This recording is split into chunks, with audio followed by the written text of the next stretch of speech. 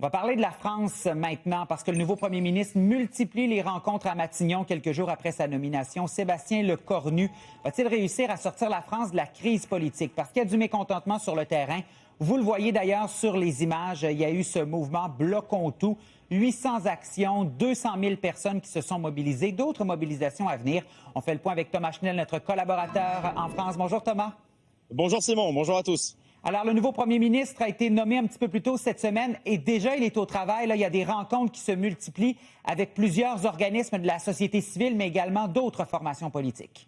Oui, effectivement, dès ces premières minutes, premières heures à Matignon, la résidence du Premier ministre, eh bien, Sébastien Lecornu, un très proche d'Emmanuel Macron, nommé Premier ministre pour succéder à François Bayrou, qui a dû démissionner faute d'obtenir le vote de confiance du Parlement. Sébastien Lecornu s'est rendu consulter d'abord les alliés du camp présidentiel, c'est-à-dire les centristes, la droite républicaine et le parti macroniste, pour s'assurer de leur soutien, pour commencer à ébaucher avec eux un début de projet de gouvernement, voir quel ministre resterait en place, qui est-ce qu'il appellerait à venir rejoindre les camps du gouvernement.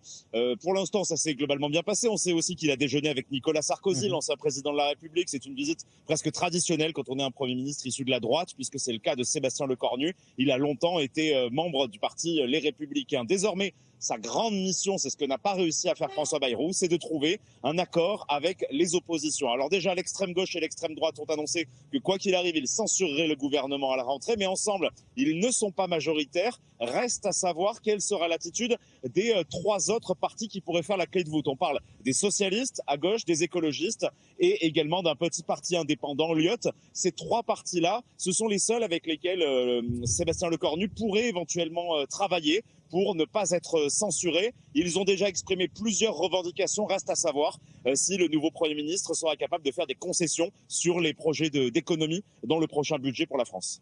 Mais on sent qu'il y a énormément de mécontentement en France. On a vu ces manifestations cette semaine et là, 18 septembre, donc c'est dans la semaine à venir, il y a un autre gros mouvement.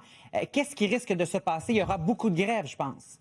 Oui, effectivement, énormément de perturbations à prévoir dans les transports, que ce soit dans les trains, que ce soit dans les métros, que ce soit dans les airs également. Les avions pourraient ne pas pouvoir décoller faute d'avoir des aiguilleurs du ciel. Il va y avoir également des écoles fermées et de très nombreuses manifestations puisque le 18 septembre, jeudi prochain, là c'est un mouvement qui est organisé par les syndicats particulièrement puissants en France et qui sont échaudés puisque le gouvernement précédent de François Bayrou avait annoncé un projet de 44 milliards d'euros d'économie, c'est-à-dire à peu près 70 milliards de dollars canadiens, ce qui avait provoqué la colère des syndicats, estimant que ces projets d'économie étaient injustes et prévoyaient surtout de raboter des aides sociales et venir toucher les plus précaires. Donc jeudi prochain, on va avoir un gros mouvement qui sera sans doute plus important que celui qu'on a connu cette semaine mercredi, puisque le mouvement Bloquons tout était un mouvement disparate, venu d'une colère populaire similaire aux Gilets jaunes, qui a réuni 200 000 personnes, c'est certes important, mais on est loin des dernières grosses mobilisations françaises contre la réforme des retraites qui avait réuni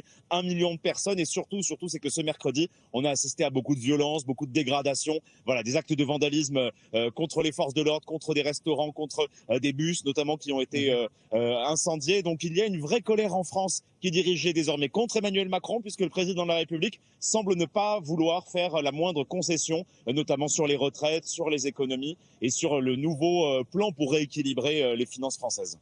Et rapidement, en terminant, Thomas, il y a aussi la cote de crédit, en quelque sorte, de la France. Il y a tout ça qui est en dessous de tout ça et qui ajoute un peu à la crise. Oui, effectivement, la note française a été dégradée par l'agence Fitch. C'est-à-dire que nous ne sommes plus un double A-, mais seulement un A+, ce qui montre bien que la crédibilité française pour rembourser sa dette s'amenuise au fur et à mesure que la crise politique s'intensifie, puisque nous en sommes désormais au 3e gouvernement en 20 mois. Il est extrêmement difficile que Sébastien Lecornu trouve le chemin pour pouvoir ne pas être censuré. Si jamais il est à nouveau censuré, on se dirigerait vers une nouvelle dissolution de l'Assemblée nationale, de nouvelles élections législatives et à nouveau un déficit de crédibilité pour la France auprès de nos créanciers. Thomas, toujours un plaisir. Merci beaucoup. Merci Simon, à bientôt. À bientôt, bonne journée.